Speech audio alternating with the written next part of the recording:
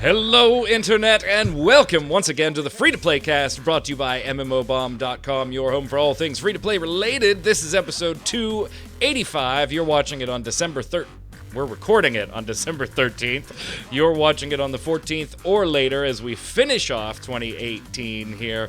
We've got new games, well, that we probably won't talk about again, at least for a few months, I guess, maybe, something like that. A few smaller stories that were still kind of bigger in the grand scheme of who may be giving us the stories and what games they may be talking about. And then we're going to talk about another bundle that Jason thinks maybe somebody would want a little more than previous ones we've talked about, but we'll get to that when we get to the news. Before we get there, though, let's introduce the hosts. Besides myself, Mr. Mike Byrne, we've got Mr. Jason Winter. How are you? What do I know about this crap? What do you know? At least it's about a game you play, or played. Have played, yeah. Been like 6 years since I did it regularly, but, close enough. Also on the line, Ms. Quinlan Bowers. What's up, Q? It's cold in here. It's really cold. Winter will do that. Winter will Yes, do I that. will. Yes, I will. It's all your fault. Oh, boy. At least I don't have to hear the constant winter is coming jokes from Game of Thrones people who think that's new and whatever. Yeah. Oh, I don't even want to do the show anymore. Going to the news.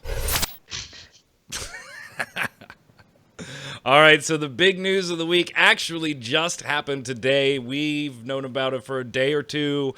We had some information a little early, but of course, embargoes, that whole thing, so we couldn't say anything about it.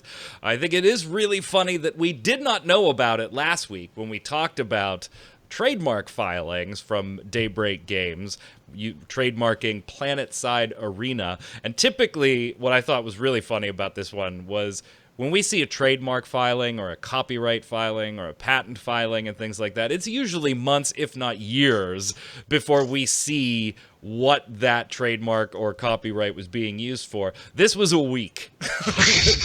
This one was a week, which kind of makes you go, shouldn't that have been trademarked a little earlier than last week?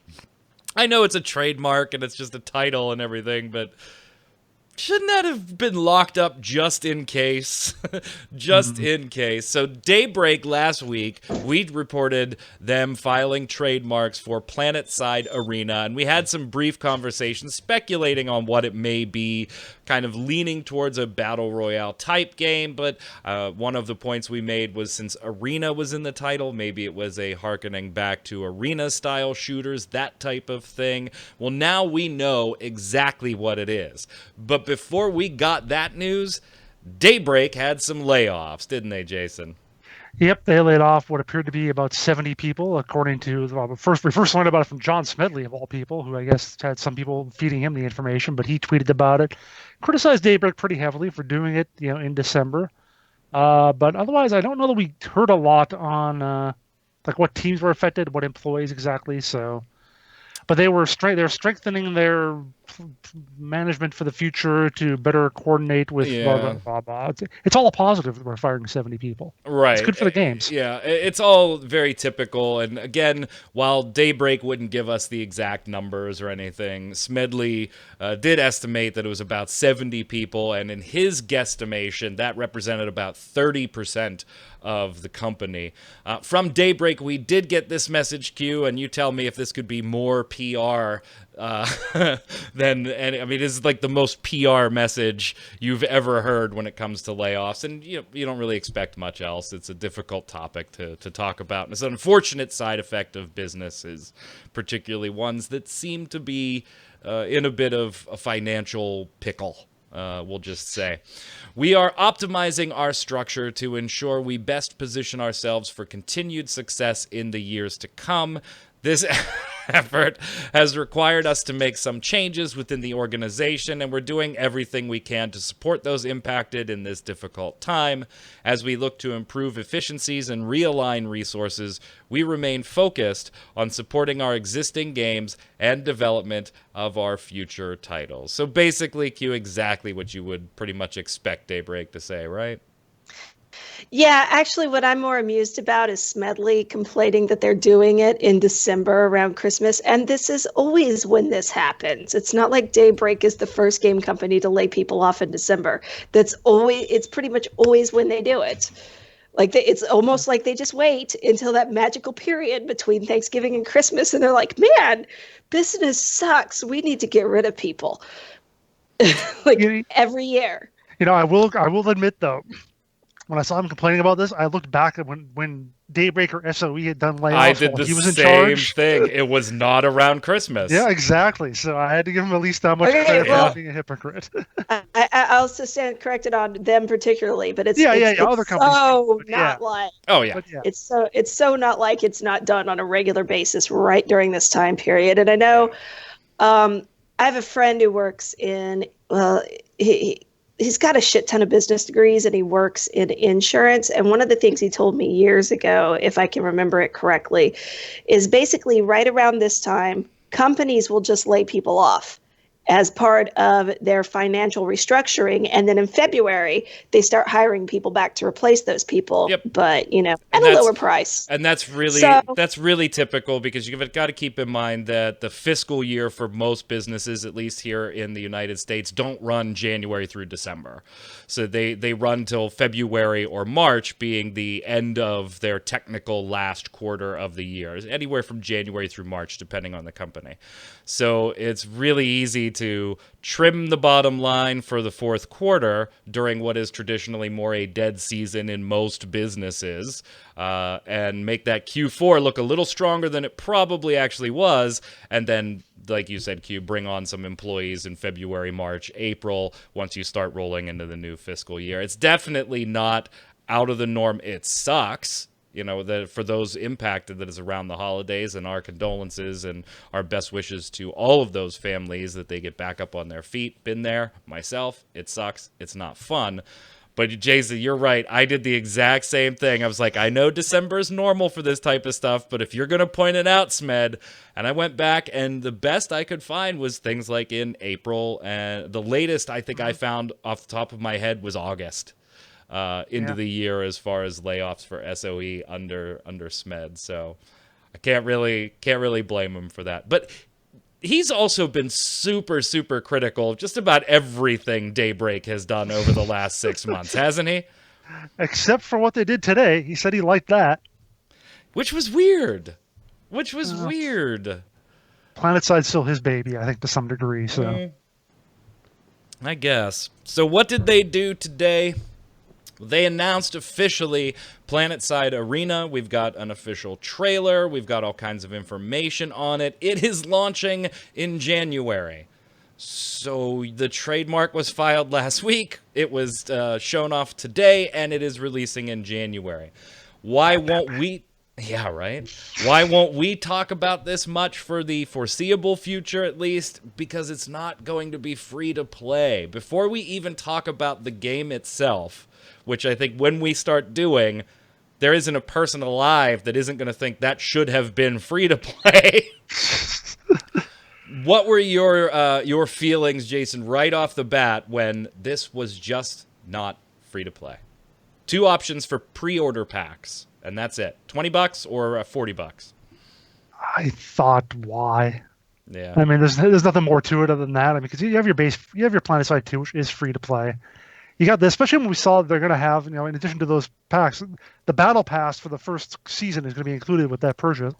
Probably going to cost something afterwards. Right. Well, and that was like front and center. They weren't even trying to hide it. They were like, "Hey, the battle pass is included," which immediately in my brain said, "Oh, so when season 2 rolled, well, yeah, I kind of went, well, that's got to be free to play. They're going to be selling battle passes."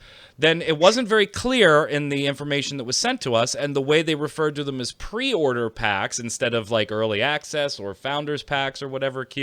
We reached out and we said, "Hey, look, we got a pre-order packs that doesn't really jive with free to play, but you got a battle pass that's included in those pre-order packs, which does kind of indicate free to play. Tell us what exactly it is," and it was not free to play, which immediately made me go, wait, the battle pass then is included in my pre-order pack, which means what happens when season 2 rolls around? So not only do I have to pay this game to play, period, but then I have the optional battle pass that included blueprints and stuff like that. Oh, it was it's optional, bizarre. just like in Fortnite or something like that, where you can Right, play but it, I you don't get have battle to pass pay the to whole- play Fortnite. Well, yeah, but once you pay to buy PlanetSide Arena, you can then not have a battle pass and still get loot, but at a slower pace. So I mean, Right. it's not So like you can't play the game after season. I'm gimped in a game that I had to pay for. This is asinine to me. Q. I'm just sitting here trying to think of something to compare it to, like, you buy, like if you buy an MMO, right? Like you buy WoW, and then later on to continue to play the content, you have to buy the expansion, like that kind of thing. But battle passes are really expansions, so I don't understand the logic. And two, it's Daybreak. We don't There. We don't know how long the seasons are going to be either. To put this in a comparison, by the way, because we did talk about season length last week when we were talking about DDO's season 2-year season pass. Fortnite is like 90 days. So that's the season in Fortnite is 90 days. So you can have 8 seasons of Fortnite in one season of DDO. Time passes differently in these worlds. Right. So we don't know the seasons, but let's talk a little bit about the game then. So what is it? Well, it's a battle royale for now.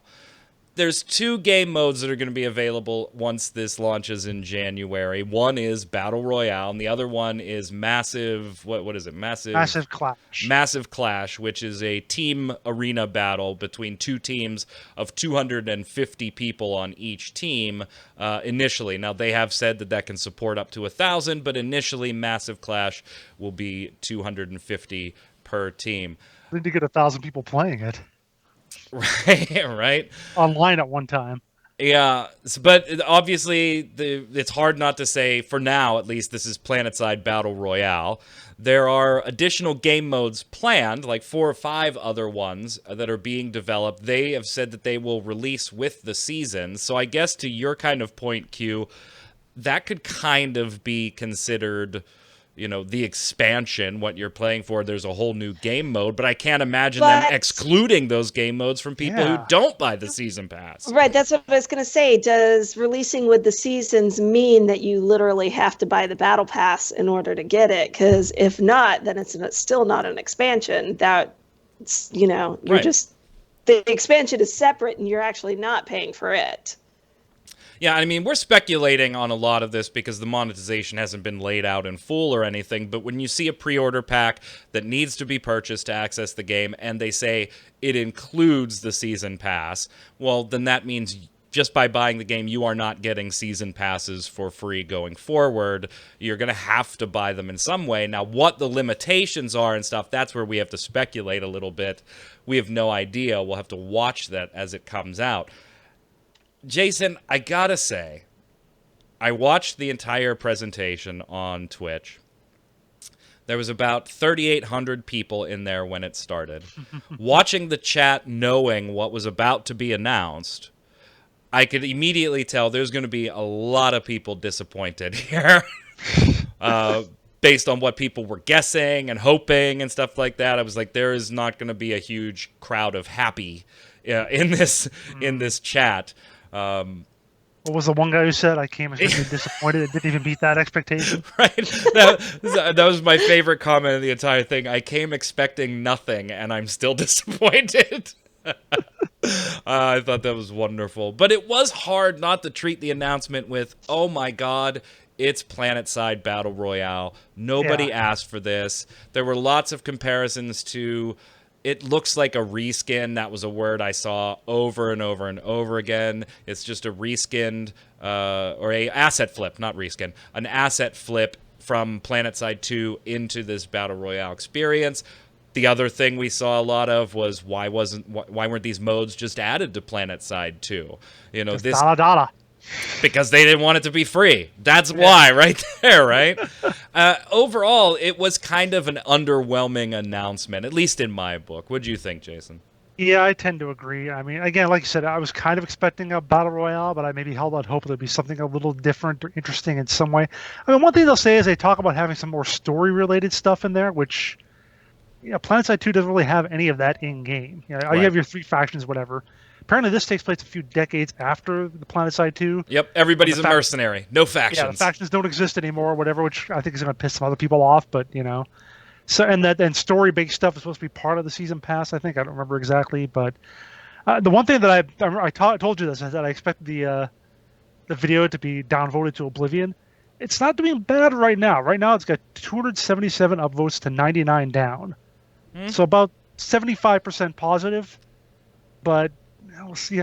It's only got 2,300 views so far, which again, I feel like if this had been done a few years ago, it would have gotten a lot more. But now people are just like, yeah, whatever. So Yeah, and that's the other thing, too. There were a lot of PlanetSide 2 players kind of miffed, Q, that money was going to this when they feel like PlanetSide 2 has been getting a bit of a short stick lately.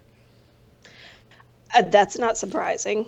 I mean, I honestly haven't paid a lot of attention to PlanetSide 2, but I rarely hear anything about it anymore, on my stuff, which just means to me that there's not a lot of people that's because you always playing sent it. it to me. So, I do. Mike knows. well, I meant on Twitter and stuff, not what Mike sends to people to write. That is But- true, though. I do send all the PlanetSide 2 stuff to Jason, because that's been his baby for a while, even though when's the last time you were in it? Over 2 years. Yeah, it's been Well, see, right there, you just made my point for me. Like, I don't hear about it because nobody I know is playing it anymore. Like, no one that I have on my feeds ever talks about the game. So Yep. I don't know how many people are actually playing it, but those people that stick around, yeah, they're going to be pissed if there's something else with a PlanetSide title and it's not just a straight up sequel or something that they can just roll into and do what they like to do. But the funny thing about that is I actually saw someone on my Twitter feed who I didn't think played PlanetSide said, "Oh, I feel kind of enthused about this. Looks kind of neat." And it's like maybe that's what it's for. It's not for PlanetSide 2 fans, I guess. They're trying to get other people who want to play a different battle royale type thing or whatever. Because what did I say? It's PlanetSide tribes, basically. right. Yeah, and that's the kind of vibe Someone that else I said got. Halo. That they're doing capture the flag and stuff like that. They're kind of going back a little bit into the more arena style. This is going to be class based with 3 classes initially available when it launches in January. Future classes to be added later. We'll see how many classes. Vehicles. Everybody's got a jetpack. Yeah, it's totally vehicles, tribes. jetpacks. It's very, very arena oriented. And I saw a tweet from AKA Mike B, and I remembered Mike B saying this a long time ago, that the battle royale trend was going to eventually lead right back into the arena shooter trend. And here we are. So kudos to Mike B on that one. I do remember him saying that. He's not lying on Twitter. He did say that. Here's some things I think they did right. All right. I mean, we've kind of not been generally positive here. I think there are some things they did right, Jason. One was not limiting it to Battle Royale. Yeah, that's what it's going to be pretty much on day one. But their plan, if they're able to execute it, is for it not to be typically Battle Royale. They're focusing more on that group combat, whether it's small groups or big groups. I also like that they stuck to something they are known for, and this isn't something that's capped at 100 people or capped at 50 people. PlanetSide is known for that big, lots of players, epic feeling combat. And right off the bat, one of the modes is going to support 500 players, eventually support up to 1,000 players. So I think there are some things that they did well in here. On the flip side, I feel like they're chasing the Battle Royale arena shooter or hero shooter trend, and they're way too late for that. So I just don't know who this is marketed towards. There's better Battle Royales out there, in my estimation. There's also free Battle Royales out there that are better, in my estimation. And I just worry that even though this might do some things well, and might lead to improvements in PS2, I worry that the price tag is going to relegate it to the realm of lawbreakers. See, it's funny that I was actually thinking about that. I was thinking, let's see, we got a company that's kind of on the rocks are going to release a battle royale after a really quick development time, or like literally quick after the announcement. Sounds exactly like Boss Key. So yeah, I think it's a mistake. I sort of agree with you with what you're saying, but I think it's a mistake to focus only on the battle royale stuff at launch, because you're going to get to launch on January 29th. Yeah. People are going to jump in maybe and look at it for a while, and then if they see it's just another battle royale, a lot of them are going to drift away. I agree. 3 months later, they're going to say, "Here's capture the flag," and everybody's going to be like, "Yeah, whatever. We already played your game." Yep. So I I think that's absolutely a agree. mistake. Q, where do you fall on that? I think he's dead on. No, I think he's right. I'm also wondering when Bosky did their whole thing, did they lay off 70 people right before they announced a new game? No, they just all of a sudden closed. They laid off right after the game. I'm just not sure laying off people and then going, but we have a new game is exactly the way to go. This exactly inspire confidence in the long-term health of anything. Yeah. I think that it was important though in the press release and even in the stream and in the stream they didn't go into it as much, but it was mentioned. There was that concern of what does this mean for PlanetSide 2 going forward? You know, why is all the money going to this? And they were quick to point out that these two teams work very closely together, not only in content, but in testing and tech and things like that. And they said, I mean, watching the trailer and video, it looks like PlanetSide 2. Graphically, it's using the same engine, but they talked about they've found ways to make engine improvements while they were working on Arena, and they can funnel that technology and those improvements back to PlanetSide 2. I don't know if that makes me feel good as a PS2 player, because that means I'm getting it second instead of first, and I've been supporting this game forever, but at least they did mention that, hey, PlanetSide 2 is still very much a thing. We're putting in a new faction next year, and we work closely with this team to get the tech better. I don't know if it's really any consolation, though. Yeah, I mean, Daybreak would never spin off a battle royale game from an existing game and then shut down the first game. They would never do that. Ever. No, that's never happened. Not once. No. Never, ever. Boy, the people that were waiting for an EQN. Oh God! If you were actually thinking that, there was no hope for you. When people brought up, I did feel like some people though, Q, they were like, if this is mobile, I'm gonna hang myself. And I was like, you know what? That's not out of the realm of ridiculous to have thought that maybe this was PlanetSide Mobile that was coming out. Yeah. I mean, it is where a lot of the money's at these days. So you know. True. It is available for pre-order on Steam now. If you want to check it out, you'll be looking at, I think it was January 29th, something like that. Yeah, although they talk about the pre-order gets you into the closed beta, so maybe a little earlier. A little earlier than that. But as far as actual release, I think the date was January 29th. Yes. So end of January, and then 3 weeks later, you'll be playing Anthem. We'll see how that one turns out, too.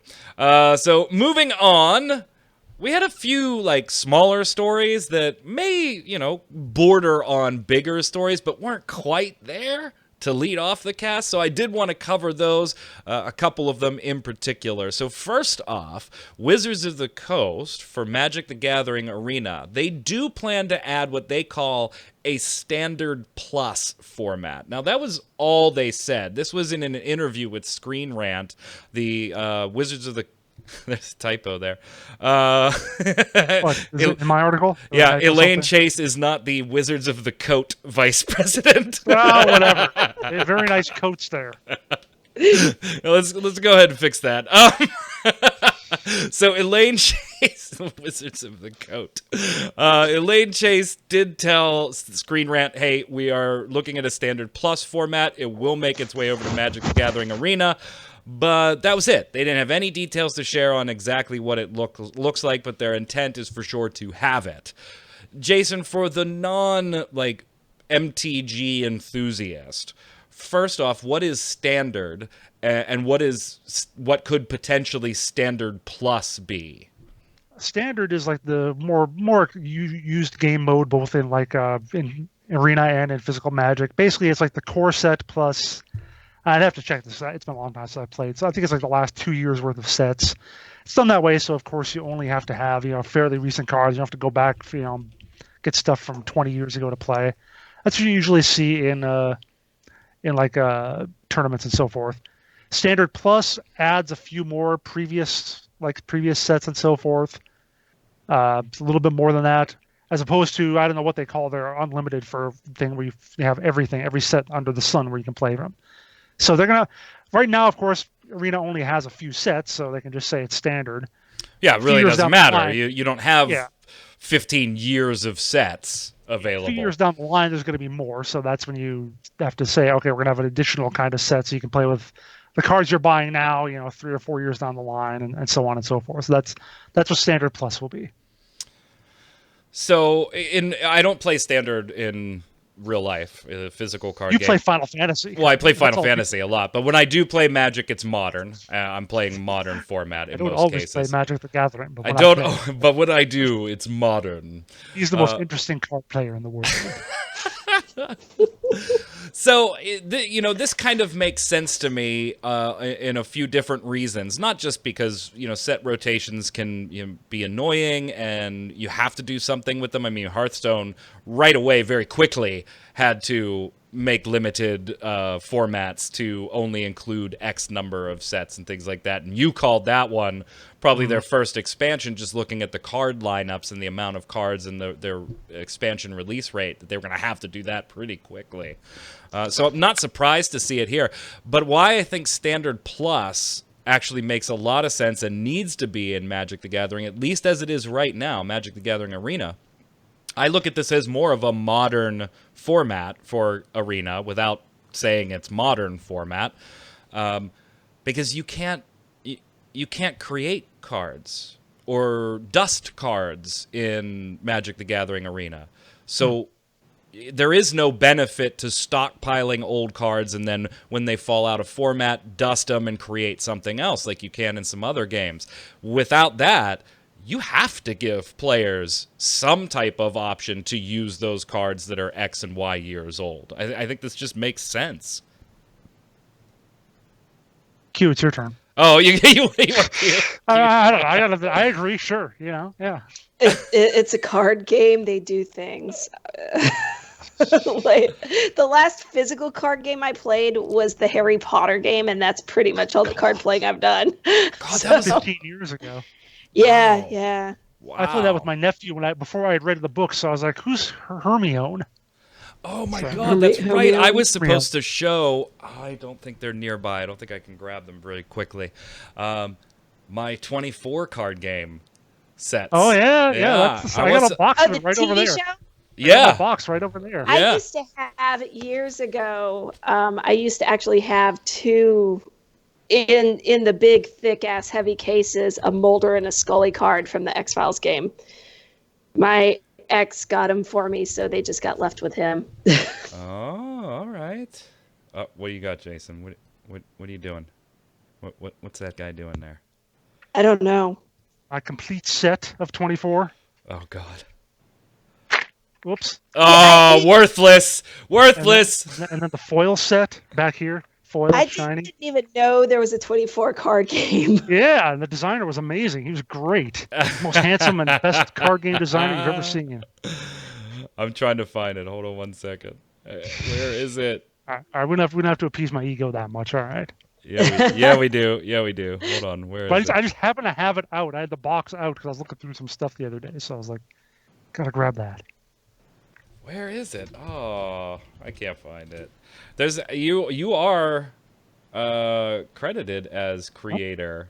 Oh yeah, I'm on Board Game Geek and everything. Got a rules insert here. Yeah, where is it? I can't find it so that I can actually share my screen. Lead design. Can you see that there? Can you see lead design? Oh, there it is. Jason Winter. Yep. Jason Winter. And Trevor. Good old Trevor. Anyway, so yeah, that makes sense for Magic the Gathering. But here's the thing. I think at the end of the day, people that are playing Magic the Gathering Arena would still rather see some other things added in there, most notably Commander. And yeah, we've already discussed some of the challenges we see with Magic the Gathering Arena doing Commander format. But we'll see. Keep your eye out. Standard Plus. To me, it seems like Modern's the way to go there, but we'll see what happens. Next up, other big name RuneScape. So yeah, they're kind of a big deal, right? They've been around for a while. Kind of. Jagex has been around for a while. They might be working on something else, Jason. What is this? Yeah, Nathan Richardson, who is credited as, what is his credit as? I thought I had it here. Well, he's worked with a bunch of other companies. Trion Worlds, Ubisoft, Behavior Interactive. CCP. CCP? Oh, okay, I didn't know that. I thought the name sounded familiar. I actually have an EVE Online thing autographed by Nathan Richardson. Oh, okay. Oh, all right. Nice. Way to name drop. So apparently he's an executive producer on, according to his LinkedIn page, an unannounced RuneScape action role-playing game. That's listed as one of his current roles. He's also working on world domination. That's what it says. I mean, there's not really much else to say on that one. I do like that the ARPG seems to be coming back in a nice way. I'm a fan. Because if you didn't play Diablo and you wanted a free-to-play one, you played Path of Exile. And if you didn't like that, you shelled out a couple of bucks for Torchlight until you were done playing Torchlight. But now we possibly have this. We have Torchlight Frontiers coming. We have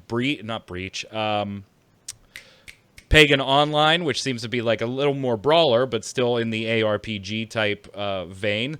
I love it. Now I just hope any of them are any good. Yeah, not Devilian. Not another Devilian. Yeah, not another Devilian. Not interested. So that's what's happening at Jagex, but South Korea's got its own news. Q, what's going on with South Korea?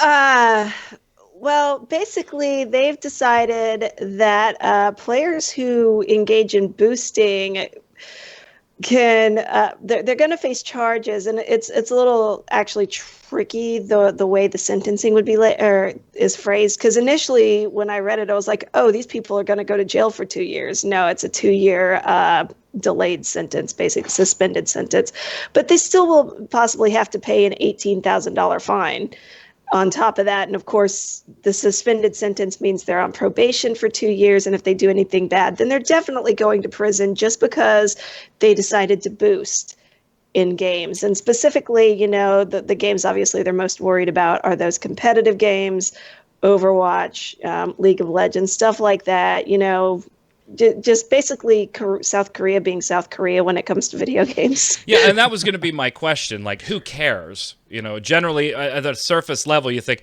if I don't feel like leveling my goldsmithing in Final Fantasy XIV, who cares if I pay Jason $100 for him to grind it out for me?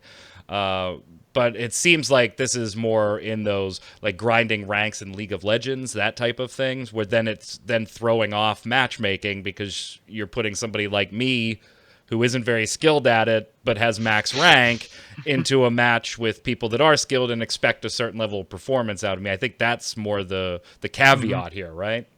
Yeah. Right. And the thing is, too, is you think about the only actual MMO I can think where it might count would be World of Warcraft, where they actually do the raiding tournaments and stuff like that. So possibly in that. But yeah, for your average MMO, it probably doesn't seem like a big deal unless you're engaged in, like some sort of competitive activity. And since very few of those are tied to esports, it's probably not as big of an issue. Yeah, this is a big deal in Korea because I remember when I was following the Overwatch League, 2 players got in some trouble for this. They both got suspended by the league. One of them was suspended for 30 games. It's a 40-game season. When he came back, the Korean announcers didn't even want to mention his name. That's how big of a taboo it was. He was that much of a bad person in their eyes. They didn't even want to mention his name. So. Yeah, let me ask this though: is this legislation going too far? I don't. What's your take on it, Jason? I don't think you need to fine someone $18,000 for it. I think it should be handled. First, I think it should be handled within the game. You get your account suspended or deleted or whatever. But that's it. I don't know that there needs to be money involved. Well, I mean, I'm pretty sure that the reason this legislation even came up in the first place is because the game companies and the esports organizations were like, you guys need to do something about this. Like, since there's money involved on their end, they wanted it handled in a way that will really discourage people from doing it. And I mean, you see what banning people from games does. They just go buy another, copy, create a new account, whatever. So I think this is just intended to be extremely discouraging. It's not like like I said, it's not like they're actually going to prison for 2 years. They get put on probation, but I think it's just supposed to be. It just seems to me like there's better things courts could be doing than hearing cases like, well, Jason power leveled somebody's Dota 2 account. Lock me up. Send me away. I don't know. Before we move on to the bombs here, we talked about bundles last week with DDO's $300 season pass. And I'm now labeling this as a new series on the show called Bundles No One Wants. But Jason disagrees with me a little bit on this one, that maybe there's an audience for this one. Because not to be outdone by DDO's $300 bundle, Lord of the Rings Online came out and said, we're going to do a bundle, but it's only $200. Because we saw that you guys were less than happy with what DDO offered and the price they offered it at, Jason. So what's the difference? Why is this one somewhat stomachable by you? Now, first of all, it almost seems funny to me the way you mentioned it. It's almost like the Steam and the Epic launcher. Like, hey, we'll give you 20% off. We'll take an 80-20 cut. And Epic's like, we'll give you an 88-12 cut, which is fine because they're competing entities. This is like one of our games will give you a $300 package. Oh yeah, well our other games are going to give you a $200 package. What a better deal! Right? It wasn't, hey, we saw your feedback, and so we're going to change this bundle and maybe change the pricing. No, we're going to leave that the way it is. We're just going to offer you a better one in this different game of ours. You're right. It was kind of weird. But yeah, so the thing we made fun of last time was there was a season pass for 2 years, which you can get for $200. You can get the basic sub in DDO for $200. This is called a legacy bundle, so they're not even using the season pass terminology. So that's one thing that they kind of learned, I think, right off. It's only for 1 year, so a 1 year sub again would be $100 basically, and the whole thing costs $200. So what does your other $100 get you? $100 get you is it offers you, instead of the DDO stuff, which offered you the future content minus the expansions or whatever, the LOTRO one gives you all past content, which includes quests, instances, skirmishes, raids, deeds, and regions for that LOTRO is released as of December 31st, even quests from expansions. And so it sounds like it gives you all the old content instead of the new content, which is a good deal if you're getting into the game. Probably not that great of a deal if you're already into it. Or if you have a portion of those or anything like that. Right. You get a few other like cosmetic perks and a few items here and there, but overall, basically paying $100 for all previous content, not bad. I would accept that if I were just getting into it. Too bad for Zach that he started playing, a few weeks earlier. He might have already bought some of that stuff. I don't know. So would have been nice for him to have gotten into that with that. Something, Q, that Jason pointed out in the article that I think is kind of dead on here is that if you compare the two, the DDO bundles seem to be geared more towards the people that are actively playing the game right now. That whole future content, this and this and this and this. While this package seems like ideal for maybe somebody like me that doesn't have much of that expansion content, played for a little bit, was never really, max level or anything, and now I'm going to dive into it for a while and really just chew up that content as a new player. Where somebody like Jason, the current players, the ones that have been supporting it, the bundle, the value seems lesser. It's almost geared towards two entirely different audiences. I think that's a fair point that you made in the article, Jason. Q, would you? I know you wouldn't buy it. I mean, you're not gonna play LOTRO, but does this one seem more enticing if you were brand new and considering it? I mean, yeah, I guess if you're brand new, but I mean, and I have played LOTRO. When it first came out, I really enjoyed it. I just haven't really had any reason to go back to it since it was one of those games that I played with other people and they quit playing. Gotcha. Kind of deal. But I don't know. It seems better to me if they would just find a balance between, hey, something that would appeal and maybe bring more people in, and something that gives their players that have been there forever supporting them something of value. Like, I don't really understand. This one game gives their current players something that isn't really a value. Right. And this other game drops something that's pretty much not for anybody who's currently playing the game. Like, it doesn't make sense to me. Right, but at least I get that. Hey, this one is, they're going to, arguably, I might be the guy in marketing that says, guys, our game is X years old. Should we really be making a push for all these new players? It's just not going to happen anymore. But I can at least look at this one and say, this is an attempt to get new players. Mm-hmm. Where the other one, I just looked at and go, okay, if I'm a new player, I have no interest in this. Not yet, at least. Not until a few months down the road. Well, except it's only available for a week. Right. Same with this and one, if I'm an existing player, there's nothing in here that really is all that desirable enough for me to go ahead and buy this. At least this one, I can see who this is marketed towards. My disclaimer becomes, I don't think it's that great of a marketing thing for a mass recruitment of new players. We'll see. We'll keep an eye on them. Let's slide over to the weekly bombs. Jason, you are up first, sir. I'm going to give an A-bomb to the Cooler Master Hyper 212 Evo cooler because it's a big thing. I just bought a new computer, or actually bought all the parts, put the computer together over the weekend, and it's laying here on the ground. Like it's sideways. I can't stand it upright because if I do, we think that the cooler pulls too much on the CPU, and it makes me crash a lot because the cooler is too heavy. I couldn't mount the back brace you're supposed to go with it because it just didn't work with my case. So A-bomb to that thing, and probably going to have to buy a new... That's what I was just going to ask. Are we going to be replacing it? Yeah, probably with a lighter cooler. At least it was only like $25, so it's not going to be that bad of a thing if I can't return it. So, Q, you're up. I'm giving an A-bomb to our bird who has taken up screaming the last couple of days. She's quiet right now. She's quiet right now, but she's, for some reason, she's just screaming a bunch. Oh, boy. I'm going to give a what the fuck bomb to Echo of Soul. Having been re-released on Steam by Blue Potion, it is now a buy-to-play game that's $10. However, it's already on sale. Does that beat the Fallout 76 record for quickest game to go on sale? Yeah, let me see. Here we go. What is it? I think it was on sale when they announced it. Oh, yeah, it's not on sale anymore. It's only $9, actually. $8.99. What is this? Oh, this is the gold edition for $50.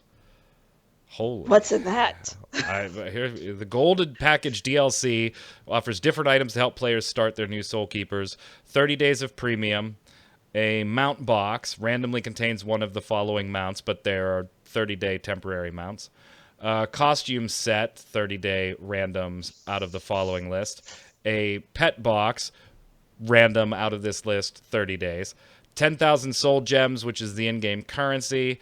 And summon a remote integration manager only for 30 days. Summon a ranged integration manager. It's maintained for 10 minutes. You can use the goods store, warehouse, and consignment shop. Wow, that sucks. That is just awful. $50. I hate the time-limited items in games. I do too. If I give you money for something, it's because I want it. Wow, that's awful. That is just horrendous. So yeah, $8.99 gets you into Echo of Soul by Blue Potion Game. Not by Blue Potion Games, published. They list themselves as the developer. No, you didn't. Or you can go and play the free version, Echo of Soul Phoenix. What the differences are, nobody has a damn clue. I've reached out to Blue Potion multiple times and never even received a single reply from them. Not even a go fuck yourself, Mike. Nothing from them. I assume that maybe the free version is region locked in some areas, and so if you want to play this, you can. It just got patched 2 days ago. What did they do? They fixed some 30-day stuff. Fantastic. So yeah, I don't know what it is. So WTF bomb. From the viewers, we've got Hydrex Sky Shadow says, A-bomb to CSGO. Just going to leave it here. Battle Royale. Another one. Yeah, I don't think the news of CSGO finally going free to play was generally taken to be a positive thing by many people. Go ahead, Q. Hi, I've used GOG since it's launched and known over... Whose is this? Oh, Paul Thompson. Sorry. Own over 500 games on this platform. Not one of them needs Steam for any reason. Whoever advised you that some GOGs need Steam to operate, this is absolutely inaccurate info. Regards, Paul. No, we didn't say that it needs Steam to operate. We said that you can get it and plug those codes into Steam and continue to use your Steam. Every GOG game that I buy, I don't goes use into GOG. I use Green Man, and that is definitely Steam codes. Right. But I looked up GOG. Does GOG use Steam? And it said no.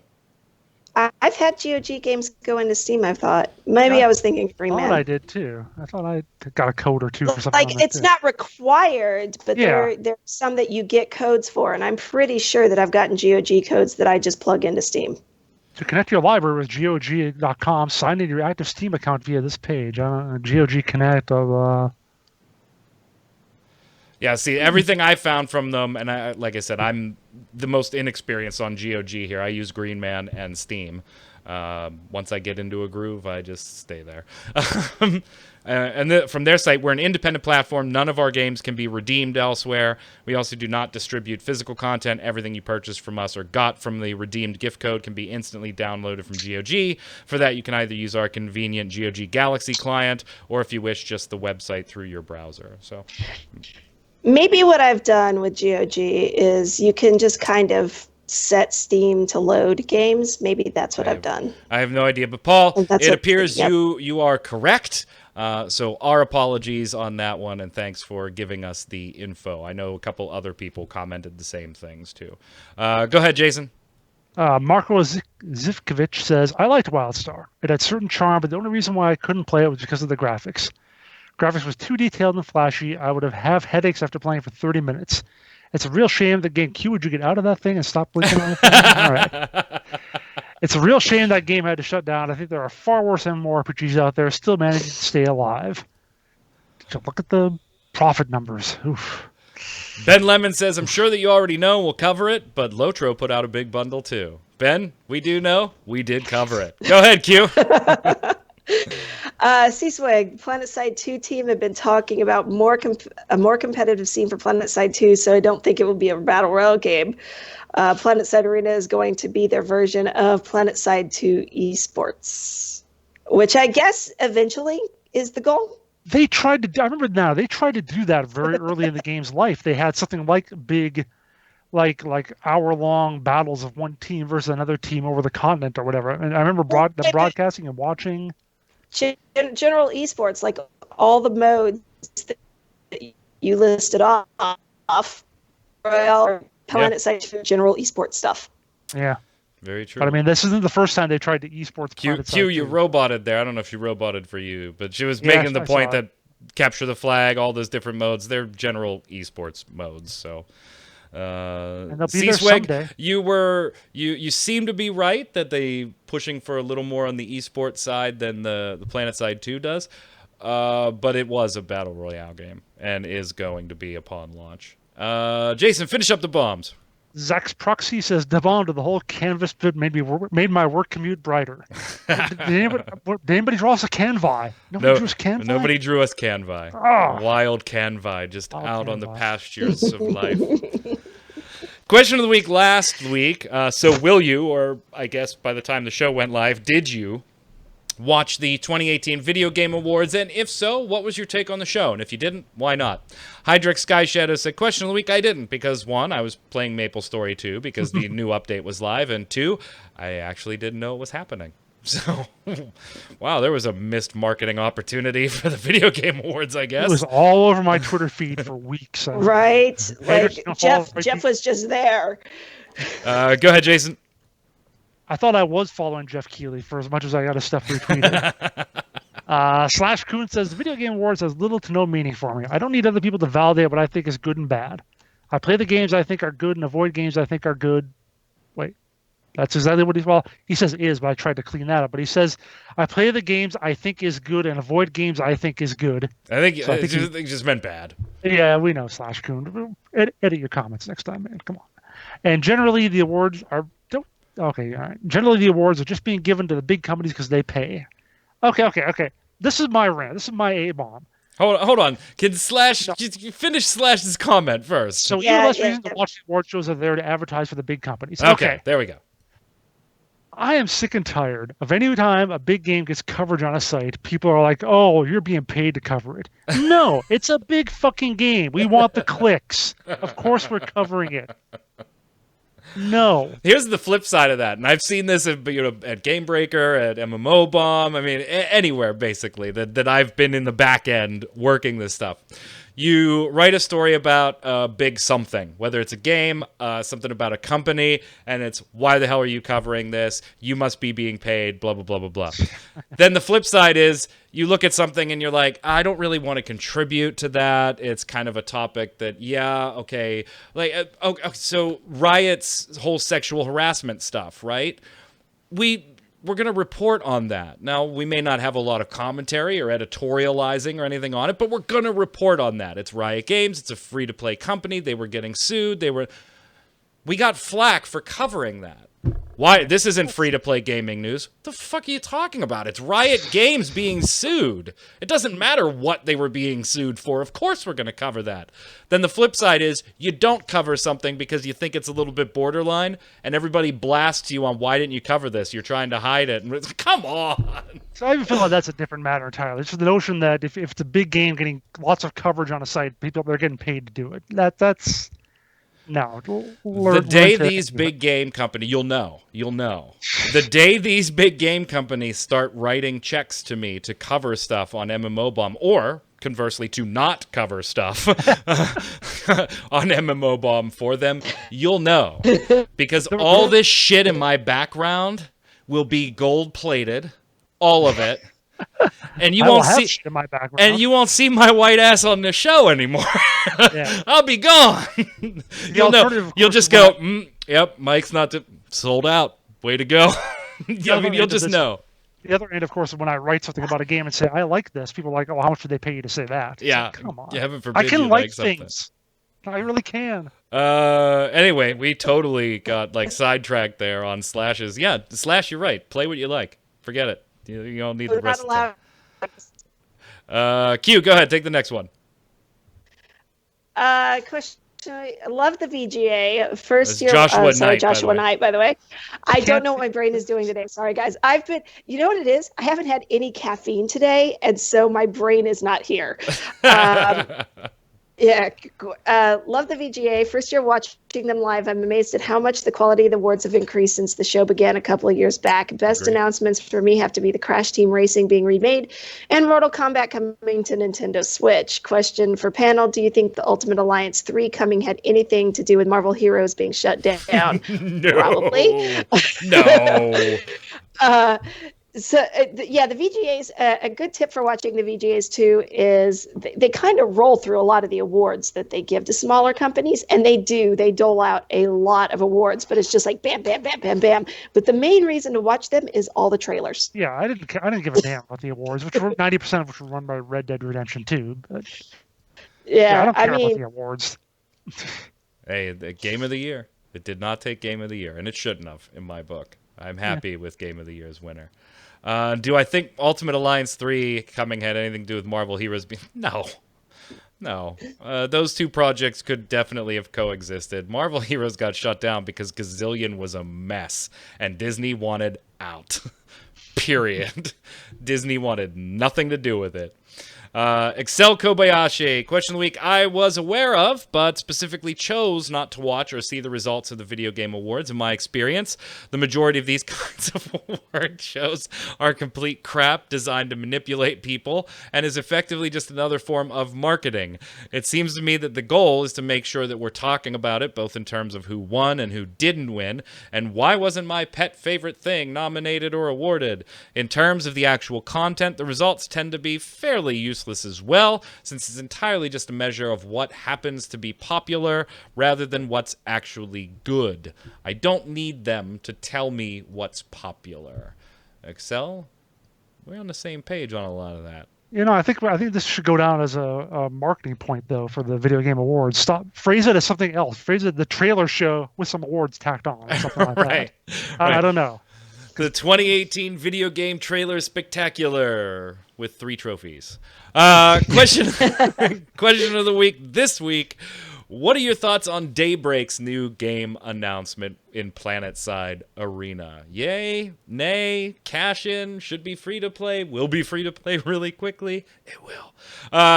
What do you think? Let us know in the comments below. And while you're there, make sure you give us your weekly bomb, dub bomb for something good, A bomb for something bad, or your question for the panel, or just whatever the hell you want to vent on. I'll throw it in the script. I don't care. That's the way we roll here. Until next week, Jason, where can everybody find you? I'm on Twitter at Winter Informal, streaming twitch.tv/JasonWinter. Cute. On Twitter at Quinlan, and later I'm just going to hang out in the kitchen making lasagna. There you go. I hope nobody finds you there. Are you still making that lasagna? I'm Mike Byrne, aka Magic Man 1. You can find me right there on Twitter. But more importantly, while you're there, follow at MMOBomb so we can tweet to you all the interviews, previews, free-to-play cast, first looks, giveaways, and more. Until next week, stay safe. See you on the servers.